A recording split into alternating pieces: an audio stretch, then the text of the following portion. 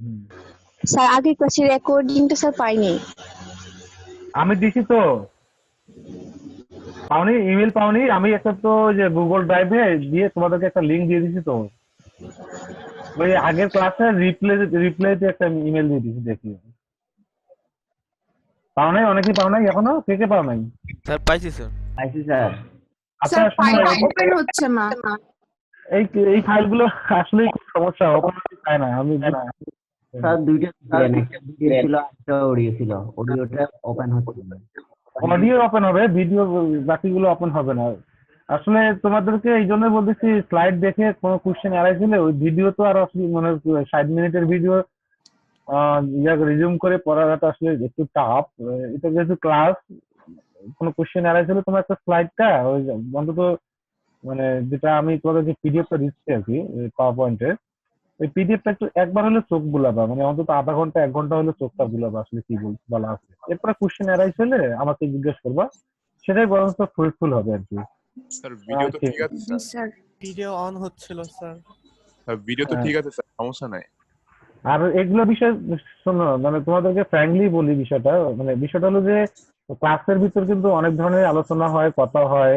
এখন মনে করো যে কোনো একটা এমন একটা কথা আসছে যে তোমার সাথে আমার 60 মিনিট ডিসকাশন হচ্ছে, 60 মিনিটের ভিতরে দেখা গেছে কিছু অহেতুক কথা আসে, যেটা রেকর্ডিং থাকার কারণে তুমি চাচ্ছ যে ট্রল করি বা একটু মজা নেই। তো দেখো, আমরাও কিন্তু টিচার মানুষ, তুমিও স্টুডেন্ট, এই বিষয়গুলো একটু খেয়াল রাখবা, যাতে মানে আমাদেরও যাতে কোনো ধরনের কোনো ক্ষতি না হয় বা তোমাদেরও কোনো ধরনের কোনো সমস্যা না হয়। এইগুলো খুব সাবধান, মানে ডিজিটাল আইন তো খুবই একটু টাফ, বুঝতে পারছো? মনে করো যে এখানে তো কিছু কিছু বিষয় হয়তো কথা আসেই।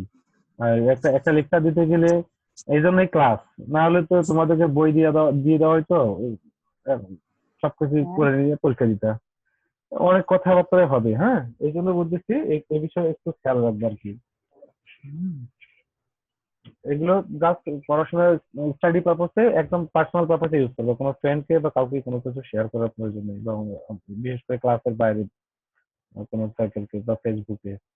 এই বিষয়গুলো একটু খেয়াল রাখবে আর কি।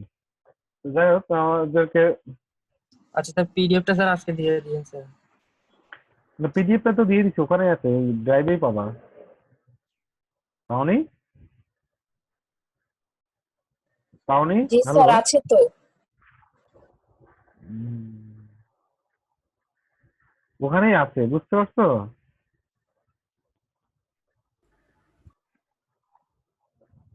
আচ্ছা তোমরা একটু, আমি 1টা মিনিট মোবাইলে কথা বলবো, তো একটু লাইনে থাকো। হ্যাঁ 1টা মিনিট, 1টা মিনিট, হ্যাঁ, 1 মিনিট।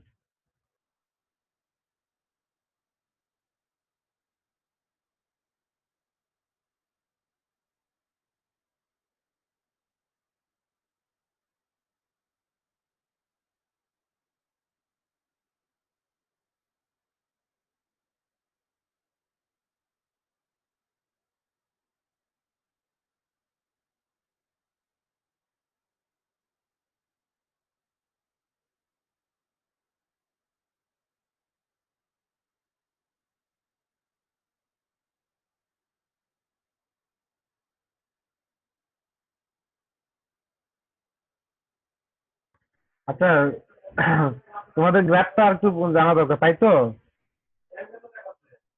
জি স্যার। আচ্ছা, গ্রাফটা নিয়ে আলোচনা করবো, আজকেও গ্রাফ নিয়েই আলোচনা হবে। আমাদের বিভিন্ন ওই যে টার্মিনোলজি গুলো আছে, প্রপোর্শনাল লিমিট, তারপরে রিয়েল ডিস্টেন্স, তারপরে আলটিমেট ডিস্টেন্স, ফ্র্যাকচার, এগুলো ডেফিনেশন আছে। এই ডেফিনেশন গুলো নিয়ে আলোচনা করবো আজকে। তোমাদেরকে তোমাদের 10 মিনিট অলরেডি চলে ওভার হয়ে গেছে।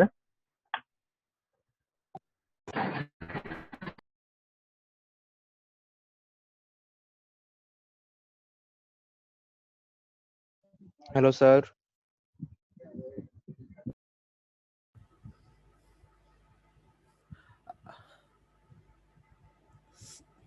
হ্যালো।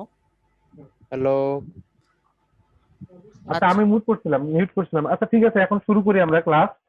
দেখো, আমরা এই গ্রাফটাতে যেটা বলা হয়েছিল যে তোমাদেরকে এই ম্যাটেরিয়ালসটা টেস্ট করা হয় আর কি। এখানে একটা ইউনিভার্সাল টেস্টিং মেশিন থাকে, নাম হলো ইউটিএম। এটাকে ইউনিভার্সাল বলা হচ্ছে কেন? Almost all type of mechanical properties can be obtained from this test. That means আমরা যদি মেকানিক্যাল প্রপার্টিস গুলো ডিসকাস করি, মেকানিক্যাল প্রপার্টিস বলতে বোঝাচ্ছে যে টেনসাইল স্ট্রেংথ, আপনার তারপরে কথা ক্লিয়ার বোঝা যাচ্ছে না। শোনা পাচ্ছ না কথা? হ্যালো, ক্লিয়ার বোঝা যাচ্ছে না, ক্লিয়ার স্যার আসছে কথা না। স্যার শোনা যাচ্ছে স্যার, বোঝা যাচ্ছে স্যার। তার মানে তোমার ওখানে আস্তে হয়তো বলেন নেটওয়ার্কের প্রবলেম হতে পারে, একটু সমস্যা হয় আর কি। তো স্যার, একটু মোটামুটি আস্তে বলেন, আস্তে বলেন। আচ্ছা সরি, আমি আসতে বলতেছি। আচ্ছা, ইউটিএম দ্বারা ইউনিভার্সাল টেস্টিং মেশিন এজন্য বলা হচ্ছে ইউনিভার্সাল মানে দেখা যায় যে সার্বজনীন কথাটা আসে আর কি, বাংলা অর্থ সার্বজনীন মিন করতেছে। তো আমাদের যে একটা ম্যাটেরিয়ালসের যে মেকানিক্যাল প্রপার্টিস গুলো আছে, মেকানিক্যাল প্রপার্টিস বলতে আমাদের প্রায় টেনসাইল স্ট্রেংথ, তারপরে টেনসাইল টেস্টের যেটা টেনসাইল প্রপার্টিস, আমরা টেনসাইল প্রপার্টিস নিয়ে আলোচনা করতেছি। এরপরে কম্প্রেসিভ স্ট্রেংথ, এরপর বেন্ডিং স্ট্রেংথ, অলমোস্ট প্রায় অনেকগুলা মেকানিক্যাল প্রপার্টিস এই মেশিন দ্বারা কভার হয় আর কি। একটা মেশিনের কতটুকু লোড, টেনসাইল লোড নেওয়ার ক্ষমতা, কতটুকু কম্প্রেসিভ লোড নেওয়ার ক্ষমতা, কতটুকু বেন্ডিং লোড নেওয়ার ক্ষমতা, সেগুলো মোটামুটি এই টেস্ট দ্বারা পাওয়া যায় আর কি। এখন আমাদেরকে টেনসাইল টেস্টে দেখা যাচ্ছে যে টেনসাইল টেস্টে কি করা হয়, টেনসাইল টেস্টে কি করা হয় দেখা যায় যে এই দুইটা ম্যাটেরিয়ালস দ্বারা এই এখানে লাগানো হয়, এখানে লাগানো হয় একটা ম্যাটেরিয়ালস, এই ম্যাটেরিয়ালসটা স্পেসিমেন যেটা বলা হচ্ছে, এই স্পেসিমেনটা টানা হয় আর কি, দুই দিক থেকে টানা হয়, এটাকে এই জন্য টেনসাইল বলা হচ্ছে। আর যদি কম্প্রেসিভ হইতো তাহলে দুই দিক থেকে চাপ দেওয়া হইতো। আর বেন্ডিং হইলো মাঝখানে, মাঝখানে ধরো এটা একটা ম্যাটেরিয়ালস, মাঝখানে কি করা হয়, একটা লোড দেওয়া হয় এইখানে, তারপরে এখানে এটা আমাদেরকে এটাই বেন্ডিং বলা হচ্ছে। ধরো যে এভাবে আর কি লোড দেওয়া হয়, ফিগারে দেখো যেটা ড্র করতেছি, উপর থেকে লোড দেওয়া হচ্ছে আর দুই দিক থেকে চাপ দেওয়ার কারণে এটা একটা বেন্ড হয়ে যায়, এইভাবে বাঁকা কার্ভ হয়ে যায়, এটাকে বেন্ডিং আসছে। এর কারণে যেটা প্রপার্টিস সেটা বেন্ডিং প্রপার্টিস। আর যদি দুই দিক থেকে টান দেওয়া হয়, ধরো যে ম্যাটেরিয়াল সেটা দুই দিক থেকে যদি টান দেওয়া হয়,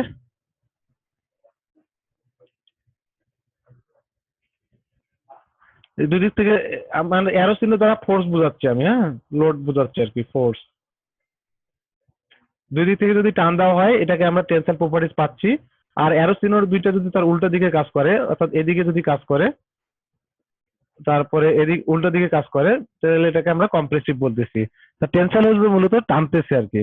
তো যার কারণে আমাদের বিশেষ করে ডাকটাইল ম্যাটেরিয়ালস গুলোতে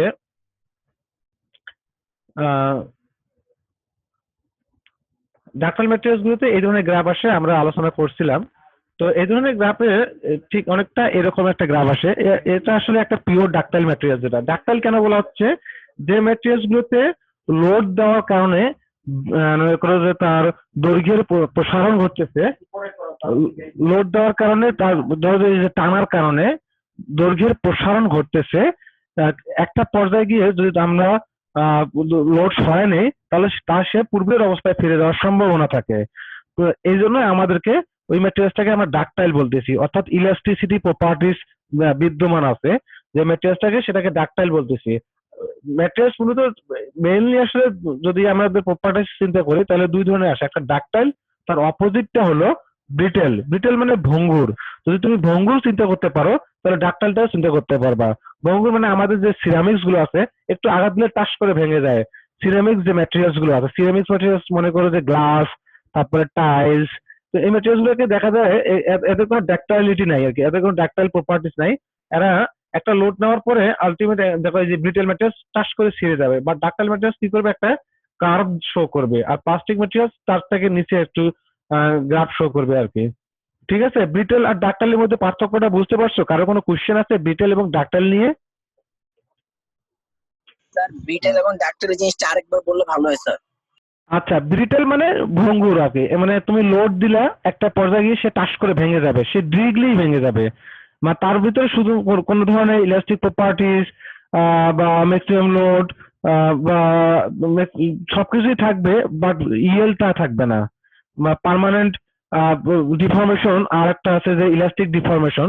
তার ভিতরে পার্মানেন্ট ডিফর্মেশন থাকবে, বাট ইলাস্টিক ডিফর্মেশনটা থাকবে না, অর্থাৎ ইলাস্টিক প্রপার্টিজ গুলো থাকবে না। ব্রিটেল এবং ডাক্টাইল, যদি তুমি ব্রিটেলটা বুঝো, ব্রিটেল হলে যে আমাদের একটা গ্লাস চিন্তা করতে পারো, যে গ্লাস ম্যাটেরিয়ালস গুলো আছে, যে সিরামিক্স গুলো আছে, টাইলস এর চিন্তা করতে পারো। তুমি লোড দিলা একটা মানে কম লোড দিয়ে সহ্য করলো, বেশি লোড দিলে, একটু বেশি লোড দিলে টাস করে সে ভেঙে যায়। কিন্তু ডাক্টাইল ম্যাটেরিয়ালস টাস করে ভেঙে যায় না, সে একটু মানে কাতুকুতু করে আর কি, মনে করো। স্যার প্লাস্টিকের গ্রাফটা একটু বুঝাই দিবেন? প্লাস্টিক ম্যাটেরিয়ালস নিয়ে আমরা আলোচনা করতেছি না, স্যার, প্লাস্টিকের যে ধরনের ডাক্তাইল গ্রাফট বলতে আছে কি সেটাই। বলছেন স্যার? ডাক্তাইল ডাক্তাইল ম্যাটেরিয়াল কি বল- বলছেন স্যার? ডাক্টাইল বলতে সেটাকে তুমি লোড দিচ্ছ, তারপরে সে ইএল স্ট্রেংথ শো করতেছে, ইএল প্রপার্টিজ। এই যে ইএল প্রপার্টিজ তো বুঝতে পারতেছো যে এখানে এই যে বি বিন্দুটা আছে, বি থেকে সি, এখানে সে ইএল প্রপার্টিজ শো করে। এই একটু বেঁকে গেছে, দেখছো না, upper EL lower EL. But ductile materials কি করে, সে ইএল প্রপার্টিজ শো করে না, সে টাচ করে একটা পর্যায়ে ভেঙে যায়, টাচ করে ভেঙে যায় আর কি, মানে ফেটে যায় আর কি। হ্যাঁ বল, হ্যালো। একটা এক্সাম্পল।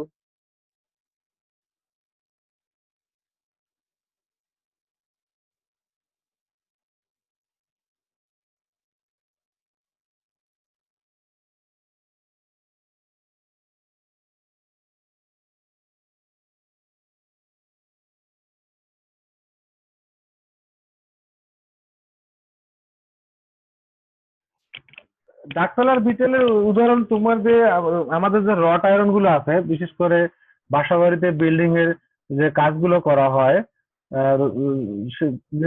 যে রড গুলো ইউজ করা হয় আর কি, লোহা যেগুলো ইউজ করা হয়, সেটা মূলত ডাক্তাইল। আর ব্রিটেল হলো যে গ্লাস, যে ম্যাটেরিয়ালস গুলো, গ্লাস, আমাদের যে মিরর, তারপরে টাইলস, এগুলো ব্রিটেল ম্যাটেরিয়ালস আর কি। মানে এগুলোতে একটা পর্যায়ে একটা আঘাত দিলেই ভেঙে যায় আর কি, ভেঙে চুরমার হয়ে যায়, তার কোনো ইয়া থাকে না আর কি, লিমিট থাকে না, কোথায় কোন দিকে ভেঙে যাবে কোনো কিছু বলা যায় না। বাট স্যার ডাক্তার ম্যাটেরিয়ালসে বলা যায় আর কি। হ্যাঁ বলো। ডাকটাইল ম্যাটেরিয়াল কি মানে আপনি বলতে চাচ্ছেন যে ইলাস্টিসিটি প্রপার্টি শো করে? হ্যাঁ, ডাক্তার ম্যাটেরিয়ালস অবশ্যই ইলাস্টিক প্রপার্টিজ এবং ইএল প্রপার্টিজ শো করবে, বাট ব্রিটেল ম্যাটেরিয়ালস ইএল শো করবে না, সে একটা পর্যায়ে গিয়ে ভেঙে যাবে। কিন্তু সে লোড নিতে পারবে, এমন না যে সে কোনো লোডেই নিতে পারবে না। দেখো গ্রাফের দিকে তাকাও, তাকালে বুঝতে পারবা যে স্ট্রেসের একটা পর্যায়ে গিয়ে সে ভেঙে গেছে, সে এমন না যে 0 0 বিন্দুতেই ভেঙে গেছে। কিন্তু স্যার ইয়েল্ড জিনিসটা কি স্যার? ইয়েল্ড হ্যাঁ, ইয়েলটাই হলো, আমরা আসি ইয়েল্ড বলে হচ্ছে, দেখো এখানে ম্যাটেরিয়ালসটাতে তুমি লোড দিচ্ছ, সে স্ট্রেন হয়, হ্যাঁ, তারপরে সে স্ট্রেস শো করে। স্ট্রেন যেটা হয়, স্ট্রেনের বিকৃতি হয়। কিন্তু দেখো এর থেকে বি বিন্দু পর্যন্ত, এই বি বিন্দুতে যখন যায়, তখন বি বিন্দু যখন একটু এক্সিড করে, তখন থেকে সে তার পার্মানেন্ট ডিফর্মেশন হয়। এই যে পয়েন্টে তার পার্মানেন্ট ডিফর্মেশন স্টার্ট হচ্ছে, সেটাকেই আসলে ইএল বলা হচ্ছে। বুঝতে পারছো? বা প্লাস্টিক ডিফর্মেশন যেটাকে বলা হয়, পার্মানেন্ট ডিফর্মেশন আর আরেকটা নাম হলো প্লাস্টিক ডিফর্মেশন। আর ইলাস্টিক ডিফর্মেশন যেটা হলো, সেটা সে পয়েন্ট যদি লোড সয় নেই, তাহলে সে পূর্বের অবস্থায় ফিরে আসে, অর্থাৎ 0 0 বিন্দুতে ও বিন্দুতে ফিরে আসার সম্ভাবনা থাকে। এই জন্য আমাদেরকে ইলাস্টিক বলা হচ্ছে। যেমন একটা রাবার যদি টান দাও, সে আবার পূর্ব অবস্থায় ফিরে আসে, এটাকেই বলা হচ্ছে ইলাস্টিক। তো এই 0 থেকে ও পর্যন্ত এই রাবারের মতোই কাজ করে ম্যাটেরিয়ালসটা, অনেকটা রাবারের প্রপার্টিজ শো করে। বাট যখন এই 0 থেকে বি পর্যন্ত শো করে, বাট বিতে গিয়ে একটু হলেও বিকৃতি হয়। আর বি থেকে একদম বিতে গিয়ে যখন স্টার্ট হয়ে যায়, যে তার পার্মানেন্ট ডিফর্মেশন স্টার্ট হয়ে যাচ্ছে, সেটাকেই আমরা বলা হচ্ছে ইয়েল্ড। আর আবার আপার ইয়েল্ড আছে, লোয়ার ইয়েল্ড আছে, অনেকটা এভাবেই গ্রাফটা শো করে আর কি। বুঝতে পারছো ইয়েল্ড বিষয়টা? জি স্যার, বুঝছি স্যার। তাহলে স্যার আপার ইয়েল্ড মানে হচ্ছে এই পয়েন্ট থেকে মানে ডিফর্মেশন স্টার্ট হচ্ছে, কিন্তু লোয়ার ইয়েল্ড মানে কি? মানে সিতে লোয়ার ইয়েল্ড মানে এটা আসলে যে তোমার, তুমি মনে করো যে বিষয়টা কিভাবে বুঝাই তোমাকে। ধরো যে তোমাকে হঠাৎ করে আমি আহ, তুমি তুমি কখনো ভার বহন করো নাই, তোমাকে আমি 50 কেজি লোড ঘাড়ে দিয়ে দিলাম, তো তোমার লোড নেওয়ার ক্ষমতা ধরলাম যে তোমার 100 কেজি। বাট তুমি কখনো লোড নেও নাই, তোমাকে যখন আমি 50 কেজি দিব, তখন তুমি একটু হলেও কাতুকুতু করবা, কিন্তু একটা পর্যায়ে গিয়ে তুমি স্বাভাবিক অবস্থায় ফিরে আসার চেষ্টা করবা। তো মনে করো এই যে কাতুকুতু করলাম মাঝখানে একটা, এইটাই মনে করো যে বি থেকে সি একটা ফ্যাক্টর আছে। তো মানে অনেকটা এভাবে এরকম সেই ম্যাটেরিয়ালসটা তো যখন একটা লোড দেওয়া হয়, যখন তার পার্মানেন্ট ডিফর্মেশন স্টার্ট হয়ে যাচ্ছে, তখন তার একটু লোড নেওয়ার ক্ষমতা একটু কমে যায়, তখন আবার সিতে চলে আসে। তারপরে আবার আস্তে আস্তে আস্তে আস্তে লোড নেওয়ার ক্ষমতা বৃদ্ধি পায় আর কি। বুঝতে পারছো? জি স্যার বুঝতে পারছি sir। হুম। মানে হচ্ছে স্যার তাহলে স্যার ডি থেকে ইতে স্যার আবার নামিয়ে গেল কেন? হ্যাঁ স্যার ডি থেকে ইতে আবার একটু নিচে নামিয়ে গেছে। হ্যাঁ, ডি থেকে ইতে ওই জায়গায় দিতে গিয়ে তার সেরাটা স্টার্ট হয়ে যাবে। যখন সিরাটা স্টার্ট হবে তখন তো আর সে লোড নেওয়ার ক্ষমতা থাকতেছে না, সে একটা পর্যায়ে ছেড়ে যাবে। এই জন্য কমে আসতেছে, দেখো গ্রাফটা কমে আসতেছে। এখন এখানে যেটা ই পয়েন্টটা শো করতেছি যে এই জায়গায় যে ছিঁড়ে যাবে তা না, আরো নিচেও ছিঁড়ে যেতে পারে বা অন্যভাবেও ছিঁড়ে যেতে পারে, এরকম আর কি। বুঝতে স্যার পারছো এটা? হ্যাঁ বলো। স্যার মানে হচ্ছে আমি হচ্ছে এই বি পয়েন্টে যদি একটা লোড দিই তাহলে সে হচ্ছে একটু মানে এই, মানে একটু এখন হচ্ছে আমি এই বিষয়টা তোমাকে বলি, এটাতে তো যে ম্যাটেরিয়ালসটা টেস্ট করতেছি সেটাতে কিন্তু কনস্ট্যান্টলি লোড দিতে আছে। যতক্ষণ পর্যন্ত সে ছিঁড়ে যাবে না ততক্ষণ পর্যন্ত তার উপর লোড কিন্তু বাড়তেই থাকে, ই থেকে কি ছিঁড়ে যাওয়া স্টার্ট হবে? হ্যালো, কি বললা?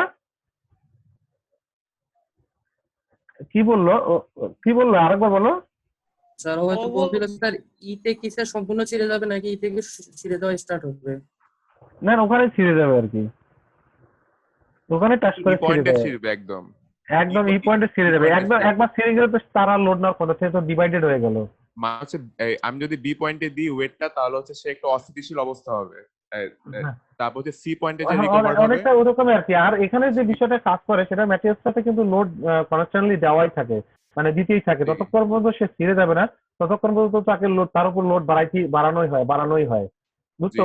এর উপরে ডিপেন্ড করবে তোমার স্ট্রেস আসবে। স্ট্রেসের যে ফর্মুলাটা আছে, stress one kind of pressure আর কি, মানে চাপ। তো এখন প্রেশার তুমি প্রয়োগ করতেছো, আর লোড দেওয়ার কারণে তুমি যে পরিমাণ মানে এটা হলো যে প্রতিক্রিয়া। স্ট্রেস আসলে মূল্য আসলে ক্রিয়া এবং প্রতিক্রিয়া। যদি তুমি লোডকে ক্রিয়া মনে করতে পারো বা প্রেশারকে ক্রিয়া মনে করতে পারো, ঠিক স্ট্রেসটা হলো তার প্রতিক্রিয়াটা, অর্থাৎ ম্যাটেরিয়ালসটা কি পরিমাণ আহ, প্রতিক্রিয়া বল দিচ্ছে আর কি। স্ট্রেসটা অনেকটা সেরকম আর কি। আর স্ট্রেসের যে ফর্মুলা সেটা হলো যে ধরো যে নিউটন পার মিটার স্কোয়ার বা kilonewton per metre square, that means load ভাগ এরিয়া, এটাই আসতেছে স্ট্রেসে, মানে একক ক্ষেত্রফলে কি পরিমাণ সে লোড সহ্য করতে পারতেছে।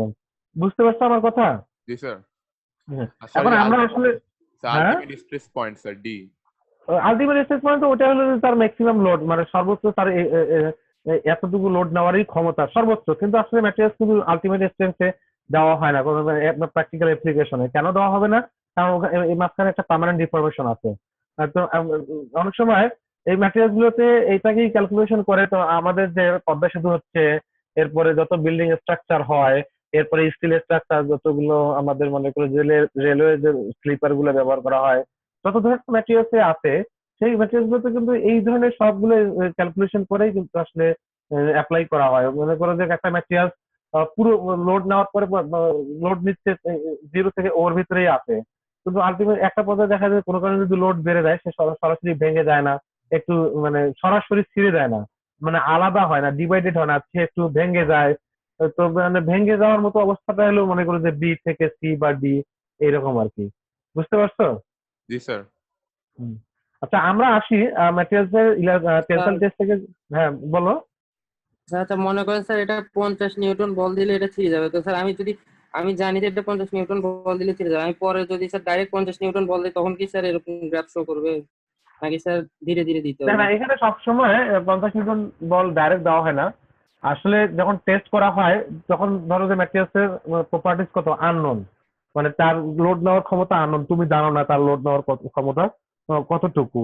এখন উম, তাহলে তাকে কি করতে হবে? যেহেতু তুমি জানো না, তাকে তুমি 0 থেকে 1 প্রথমে কি করবে, 1 কেজি দিবা, পরে 2 কেজি দিবা, পরে 3 কেজি দিবা, এভাবে আস্তে আস্তে 40 কেজি 50 কেজি যখন সে নিতে পারতেছে না তখন তুমি বুঝতে পারলে যে তার লোড নেওয়ার ক্ষমতা এতটুকু। বা 50 কেজিতে যখন সে ফেলে দিল বা নিতে পারতেছে না বা ছিঁড়ে যাচ্ছে তখন তুমি বুঝে নিলে যে তার লোড ক্ষমতা 50 কেজি। বাট এই গ্রাফটা কিন্তু কম্পিউটার স্ক্রিনে শো করে আর কি। ওখানে সেন্সর লাগানো থাকে, আর সেন্সরের মাধ্যমে বাইরে হয়ে আসে যে আসলে সে কোন জায়গায় কি ঘটতেছে। বুঝতে পারছো? এই গ্রাফটা কিন্তু কম্পিউটার স্ক্রিনে শো করে। আমি তোমাদেরকে লেকচার শেষে একটা গ্রাফ দেখাবো যদি সময় পাই, না হলে নেক্সট ক্লাসে দেখাবো একটা অরিজিনাল গ্রাফ এবং অরিজিনাল মেশিন। ওকে? আচ্ছা আমরা আসি আসলে যে টেনসর টেস্টের যে ক্যালকুলেশন গুলো করা হয়, যে হিসাব নিকাশ গুলো করা হয় সেটা বাইর করা আর কি।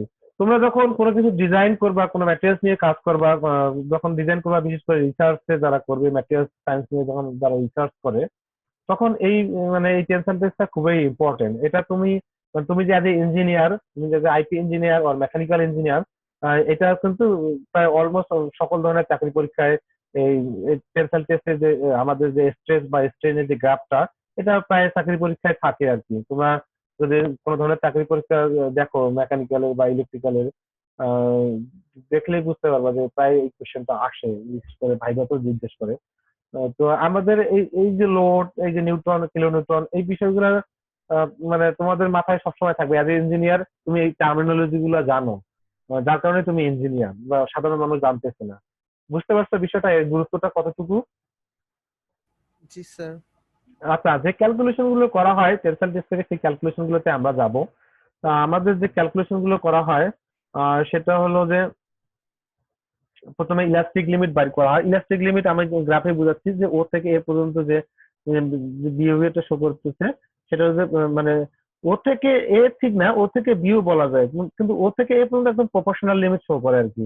বাট ও থেকে বি পর্যন্ত, বির আগ পর্যন্ত, মানে একদম যে বি পয়েন্টে একটু দেখো হেলে গেছে, মানে বি ধরো যে একটু আগে আর কি, ধরো যে 0.1 মিলিমিটারের আগ পর্যন্ত আর কি যে ঘটনাটা ঘটতেছে, সেটা হলো যে ইলাস্টিক লিমিট। বলছে this is the greatest stress that the metal or material can withstand without experiencing a permanent strain on removal of the load. এগুলো ডিসকাশন অলরেডি করে তোমাদের সাথে হয়েছে। যে বলা হচ্ছে যে ইলাস্টিক লিমিটের সর্বোচ্চ স্ট্রেস যেখানে শো করতেছে, আমরা যদি ইলাস্টিক লিমিটের যে স্ট্রেসটা পাওয়া যাচ্ছে সেটা কিভাবে পাওয়া যাবে, আমরা যদি অ্যানোড দিয়ে বুঝাই,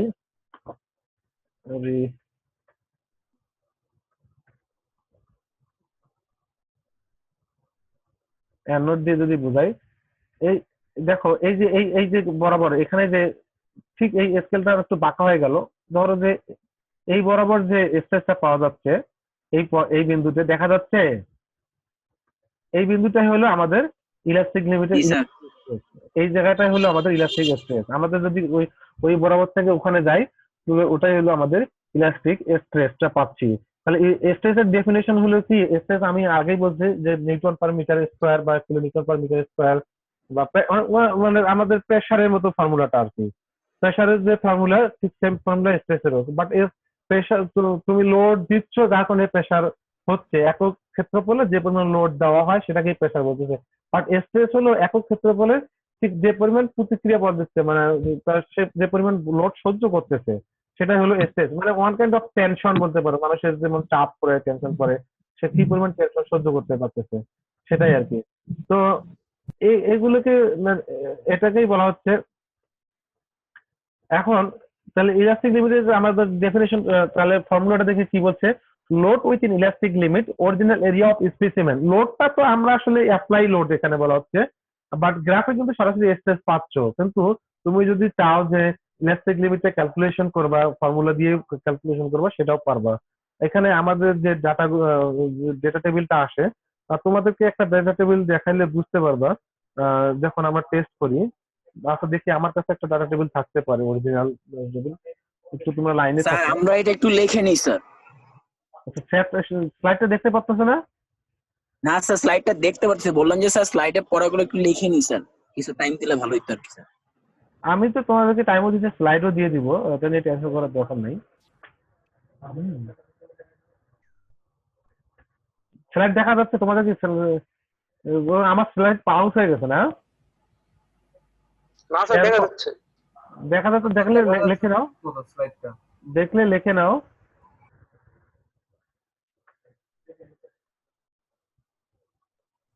তো রেকর্ড দিবে, এটা তো পরেও লেখা যাবে। স্যার রেকর্ড তো দিবেনি, পরে তো লেখা আছে। রেকর্ড দিব এখন, যাদের ইচ্ছা, কারো যদি ইচ্ছা করে যে আমি লিখে নেবো, সেটা তার ব্যক্তিগত ব্যাপারে, ওই সময়ের ভিতরে যদি সে লিখে নিতে পারে।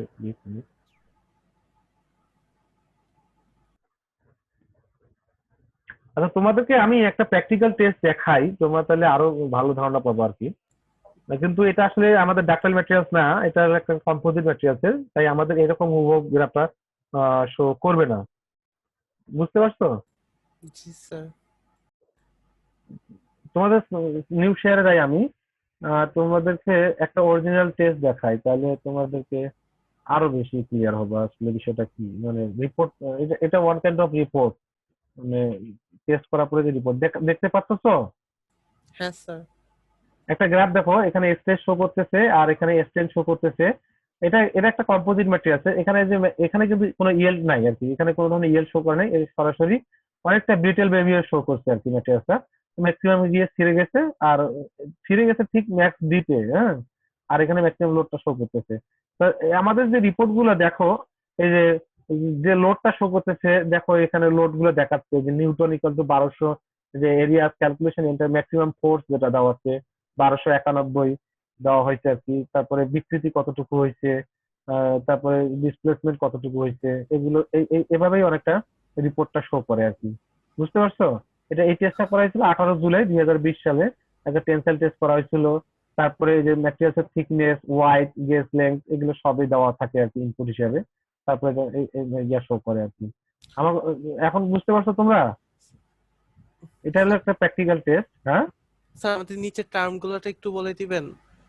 নিজে হ্যাঁ টার্ম আসলে কিছু না, তোমরা যেগুলো জানো যে ম্যাক্সিমাম স্ট্রেন হচ্ছে 3% ঘটছে, তারপরে ওই স্ট্রেনে কি পরিমাণ লোড নিছে, আর তারপরে এই যে লোড নিচ্ছে ধরো যে 51 নিউটন ম্যাক্সিমাম ডিসপ্লেসমেন্ট ফোর্স, তারপরে এই যে এন্টার এরিয়া, এই যে দেখো আর কি, এগুলো দেখো, একবার দেখো টেবিলটার দিকে। ওয়ান কাইন্ড অফ রিপোর্ট তোমাদের সাথে যা আলোচনা করতেছি তাই, এগুলো আলোচনা আরো আসবে, স্যার তোমাদেরকে স্টেপ বাই স্টেপ দেখাবো। স্যার, কম্পিউটারের মধ্যে তো আলাদা একটা গ্রাফ আসছিল। হ্যাঁ হ্যাঁ, এই যে এরকম। স্যার গ্রাফটা একটু বোঝা যাচ্ছে। এই গ্রাফটা কিছু না, এটা তো আসলে আলাদা একটা ম্যাটেরিয়াল, এটা তো মনে করে যে একটা কম্পোজিট ম্যাটেরিয়াল, সরাসরি বিটেল বিহেভিয়ার শো করছে। এখানে রিয়েলটা নাই, এখানে ইলাস্টিকটা একটু আছে, বাট ইলাস্টিকও বলা, ইলাস্টিকটা একটু আছে, কিন্তু যাহাই ম্যাক্স ওখান থেকে ইলাস্টিক। হ্যাঁ, এরপর যখন ম্যাক্সিমাম পয়েন্টে গেছে তখন সে স্টার্ট করছে ডিপ, ম্যাক্স ডিপে গিয়ে ছিঁড়ে গেছে আর কি। স্যার স্ট্রোক কি স্যার? স্ট্রোক স্ট্রোকটা হলো, কে ফোন দিচ্ছে, স্ট্রোকটা হলো কেমন, তুমি মনে করো যে একটা লেন্থ চিন্তা করো, ধরো যে 1 মিনিট, তোমাকে আসলে ইয়া দিয়ে বুঝাই দেয় একটু। আমি এটা শেয়ার স্টপ করে দিচ্ছি, নিউ শেয়ারে যাচ্ছি। আচ্ছা, স্ট্রোক হলো যাওয়া এবং আসা। ধরো তুমি মিটারের এই গেট থেকে তুমি ওই মেইন গেটে একবার যাচ্ছ, আবার একবার ওই আসতেছো, তাহলে প্রতিটা একবার এই যে মিটারের এই গেট থেকে ওখানে গেলে 1 স্ট্রোক, আবার ওখান থেকে ঠিক ফিরে আসলে এটা হলো আর 1 স্ট্রোক, দ্বিতীয় স্ট্রোক। অর্থাৎ একটা নির্দিষ্ট লেন্থের ভিতরে যাওয়া এবং আসাটাকে বলা আছে স্ট্রোক। ধরো যে এই এতটুকু এরিয়ার ভিতরে একবার সে এদিকে যাচ্ছে, হ্যাঁ, আবার সে ঠিক সিমিলার এরিয়াতে ফিরে আসতেছে, এটাই হলো স্ট্রোক। এই এই এই এই লেন্থটাই হলো স্ট্রোক, যাওয়া এবং আসার এই যে লেন্থটা আছে, এই লেন্থটাই হচ্ছে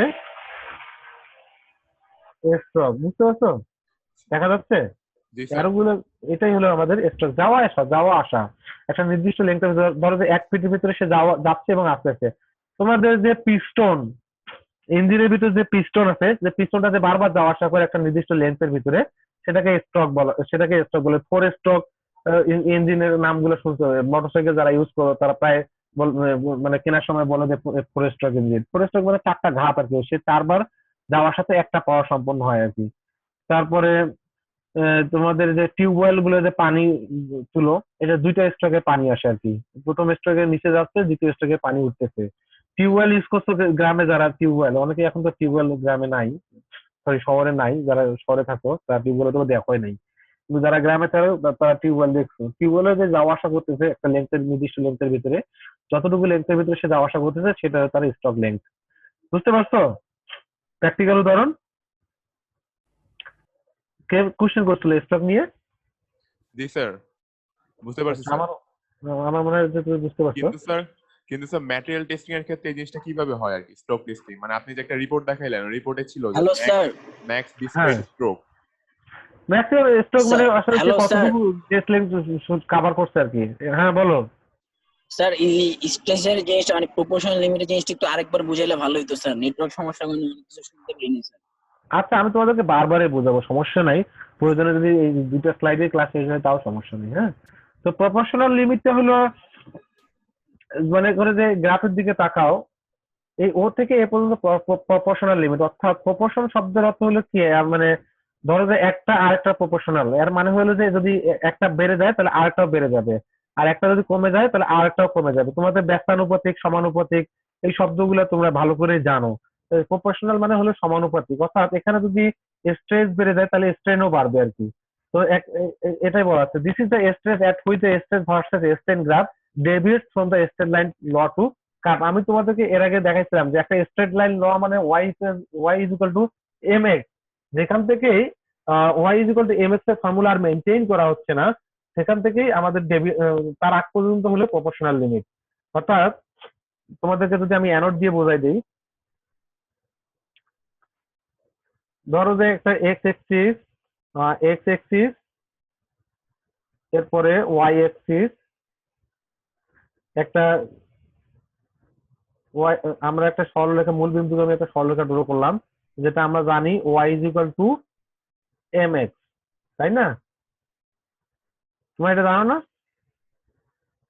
এটা পড়ছো কিনা? জি স্যার, পড়ছি স্যার। হ্যাঁ, y is equal to m x. তাহলে ঠিক এখন এই ফর্মুলাটা কতক্ষণ পর্যন্ত মেনটেন হবে? যতক্ষণ পর্যন্ত মানে এই যে রেখাটা আছে এই রেখাটা সরলরেখা থাকবে আর কি, ওই নির্দিষ্ট ঢালে একদম সরলরেখা থাকবে। বাট তার যদি ঢাল চেঞ্জ হয়ে যায়, সে ধরো যে এই জায়গা থেকে সে বাঁকা হওয়া শুরু করছে, যখন এই জায়গা থেকে বাঁকা হওয়া শুরু করবে এই পয়েন্ট থেকে, তখন কিন্তু আর মনে করো যে তার স্ট্রেট লাইন ল মেনটেন করতেছে না। কিন্তু এখান থেকে তার আগ পর্যন্ত এই বিন্দু থেকে এই পর্যন্ত কিন্তু সে স্ট্রেট লাইন ল মেনটেন করছে, বাট এরপর থেকে এখান থেকে এই পর্যন্ত কিন্তু সে স্ট্রেট ল আর মেনটেন করতেছে না।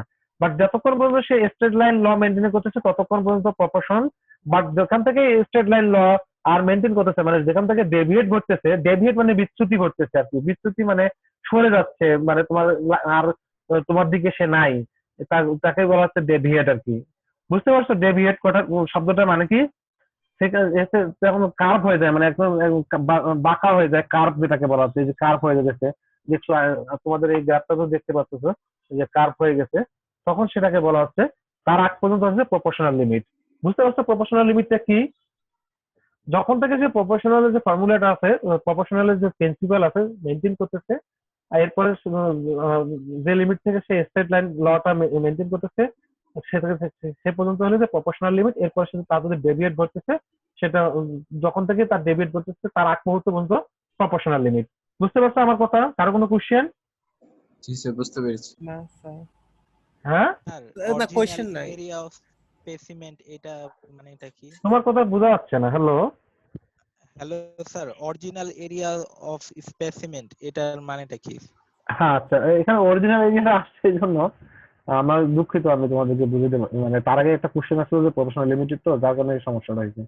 এখানে হলো কি, তোমাদের এখন ধরো যে রডটা তুমি টেস্ট করতেছো, যে মেটালটা তুমি টেস্ট করতেছো, সে ম্যাটেরিয়ালটাকে টানতেছো, তো টানার কারণে তোমরা যখন চুইংগাম খাও, দেখো চুইংগাম যখন খাও, ধরো যে চুইংগামের যে প্রথমে যে চুইংগামটা একটু থাকে না, এরপরে চুইংগামটা আস্তে আস্তে কি চিকন হয়ে আসে কিনা?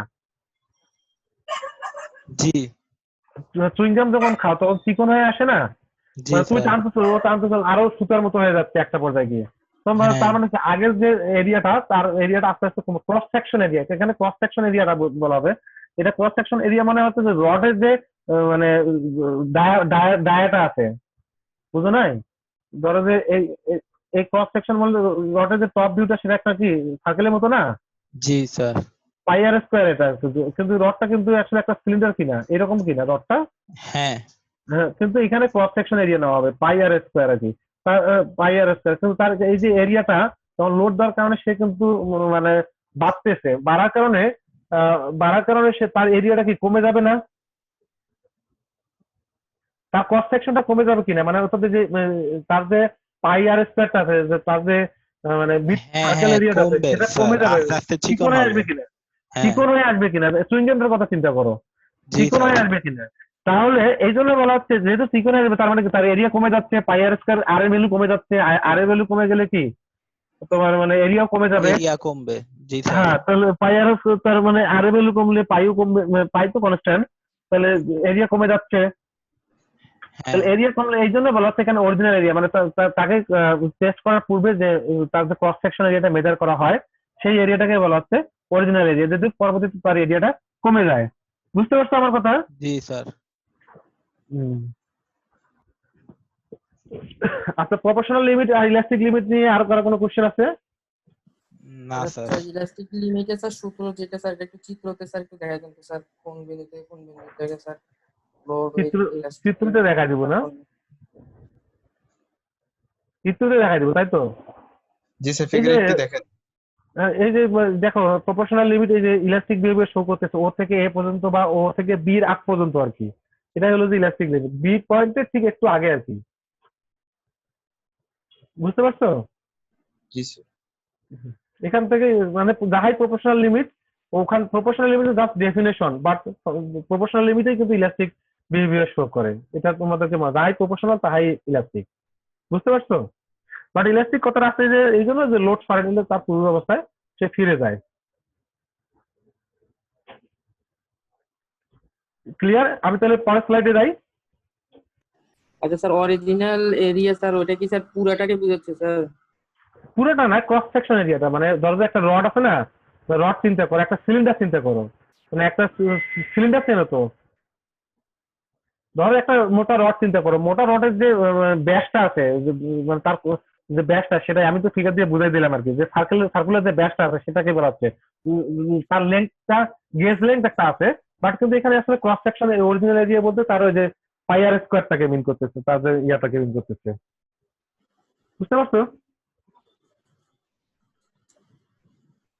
স্যার হ্যালো, স্যার বুঝলাম না স্যার, আরেকবার স্যার একটু বলেন স্যার। অরিজিনাল এরিয়া মানে স্যার পুরাটাকে বুঝাচ্ছে নাকি?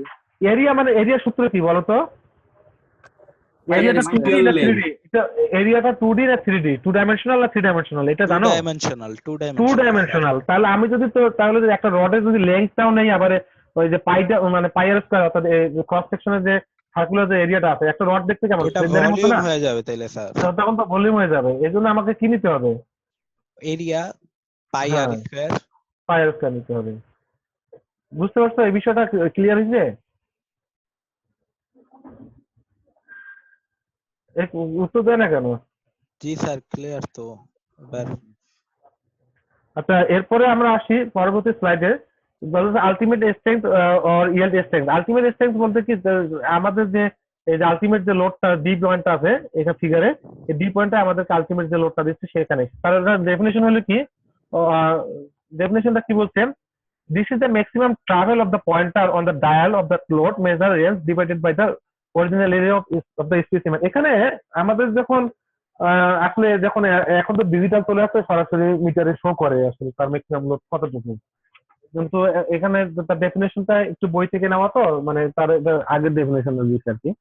অর্থাৎ মনে করো যে টেস্ট করার পরে তার লোড নিচ্ছে ভাবতেছে, তো ডায়াল যেটা মনে করো ঘড়ি যে কাঁটাটা আছে, কাঁটাটা তো একটা নির্দিষ্ট সীমা পর্যন্ত যাবে, যাওয়ার পরে সে ম্যাক্সিমাম ট্রাভেল হলো, ধরো যে সে 100 নিউটন পর্যন্ত গেল, মানে 100 নিউটন পার মিটার স্কয়ার পর্যন্ত যাওয়ার পরে সে আবার একদম ফিরে যাওয়ার কারণে সে পূর্ব অবস্থায় ফিরে আসবে। তো এই যে ম্যাক্সিমাম যে ট্রাভেলটা করলো কি 100 নিউটন পর্যন্ত, ধরো যে সে গেজ মিটার বুঝো না? হ্যালো, জি একটা স্যার। মিটার দেখো না কখনো? এই যে ধরো যে একটা এইরকম একটা মিটার, ধরো যে সে এখান থেকে শুরু করছে 0 0, এখানে 0 0 আছে, এখানে পুরোটাতে সে মনে করছে কাটা আছে। তো দেখা গেছে এই মিটারটা, এই কাঠাটা এই পর্যন্ত সর্বোচ্চ গেছে আর কি। ধরো যে এখানে 100 নিউটন আর কি। 100 নিউটন যাওয়ার পরে সে আবার কি করছে, যখন ছিঁড়ে গেছে তখন সে আবার কি 0 0 বিন্দুতে চলে আসবে। তাহলে ম্যাক্সিমাম ট্রাভেল কতটুকু হয়েছে? এই যে 100 নিউটন হয়েছে, এই সেটাই বলা হচ্ছে আর কি। ওই পর্যন্ত তার ওই যে লোডটা পাওয়া গেছে সেটাই হলো আলটিমেট লোড, ওটাই তো আলটিমেট, মানে আমাদের ফিরে গেলে তো আর মানে এটা তো আর বাড়বে না আর কি, এটা তো আর এদিকে যাবে না ফিরে গেলে, কারণ তার তো লোড নেওয়ার ক্ষমতা নাই। যেমন স্যার ওই যে ওই গ্রাফে ইয়াটা ওই যে হ্যাঁ হ্যাঁ হ্যাঁ হ্যাঁ, ডি পয়েন্টটা আলটিমেট হ্যাঁ লোড। হ্যাঁ হ্যাঁ। তারপরে অরিজিনাল এরিয়া অফ স্পেসিমেন আর ওই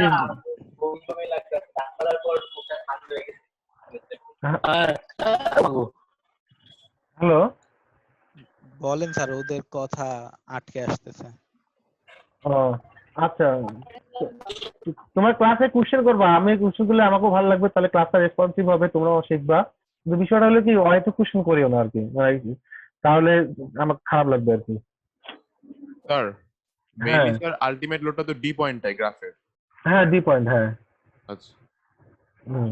তারপরে পার্সেন্টেজ অফ ইলংগেশন, এটা হলো যে মানে এটা তো বুঝতেছো তোমরা, মনে হয় সম্ভবত স্ট্রেস স্ট্রেন পিয়ন বিকৃতি, তারপরে ইলংগেশন মানে আসলে সে কতটুকু বাড়লো আর কি, এই যে লোড দেওয়ার কারণে যে চুইংগামের মতো যে বাড়তেছে সেটা আসলে তার কত পার্সেন্ট বাড়ছে, আগের লোডের থেকে সেটা কত পার্সেন্ট বাড়ছে, এটাই মিন করতেছে। তার সূত্রটা হলো কি ফাইনাল লেন্থ বিয়োগ original length divided by original length, যেহেতু লেন্থ বাড়ছে সেজন্য ফাইনাল লেন্থটা সামনে আসছে, বুঝতে পারছো? বাট ক্রস এরিয়ার ক্ষেত্রে পার্সেন্টেজ, হ্যাঁ এই যে উপরে যে এটা টেক্সটাইল স্টেজের যে সূত্রটা আছে স্যার, এই সূত্রটা এবং আগের যে সূত্র স্যার, এই দুইটা একটু যদি আবার একটু ব্যাখ্যা করতেন স্যার। দুইটার মধ্যে ডিফারেন্সটা কোথায় দেখো, আলটিমেট এসেন্সটা অবশ্যই বেশি হবে। তুমি যদি গ্রাফটার দিকে তাকাও, এখানে যে ধরো যে এই বি পয়েন্টের আগ পর্যন্ত যে লোডটা পাওয়া যাচ্ছে ডায়াল গেজে পাওয়া যাবে, এটা এখানে তো গ্রাফে স্ট্রেস আছে।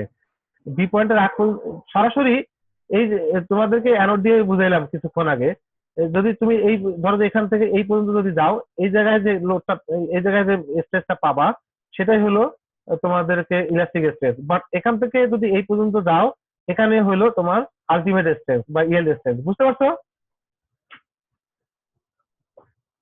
দেখো হ্যাঁ স্যার, হ্যাঁ স্যার বুঝতে পারছি এটা। হ্যাঁ স্যার, এটা তো বুঝতে পারছি। আচ্ছা, স্যার ইলংগেশনটা একটু আরেকবার স্যার।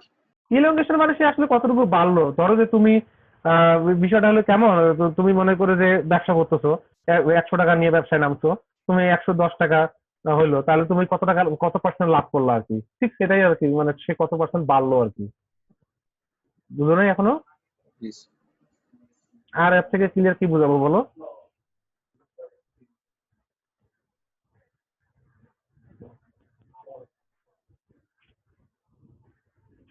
বুঝতে পারছো ইলংগেশনটা?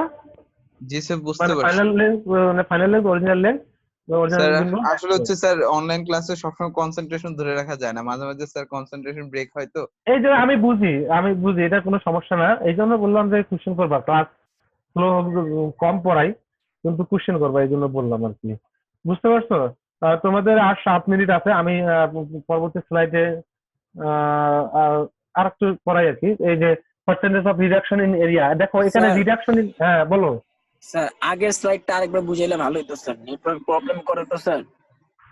এখানে কিছু না, তুমি একবার পড়লে বুঝতে পারবা যে মানে আলটিমেট এক্সটেন্সটা হলো যে আমাদের যে ডি পয়েন্টটা আছে সেই ডি পয়েন্ট, আর এখানে যে ট্রাভেলটা ঘটতেছে আর কি পয়েন্টারে, মানে অর্থাৎ আমাদের যে গেজটা আছে, যে মিটারটা আছে, সেই মিটারটা সর্বোচ্চ কত দূর পর্যন্ত যাচ্ছে আর কি, তারপরে যখন ফাইনাল লেন্থ বলতে কি বুঝাইছেন স্যার? ফাইনাল লেন্থ বলতে সে তো তুমি ওই ইয়েটাকে টানতেছো না, দুই দিক থেকে টানতেছো কিনা, টানার কারণে সে তার লেন্থ বেড়ে যাবে না, বুঝো নাই এখনো? তার লেন্থ বেড়ে যাওয়াটা, যে যতটুকু লেন্থ বাড়বে সেটা তার ফাইনাল লেন্থ, বুঝতে পারছো? জি স্যার।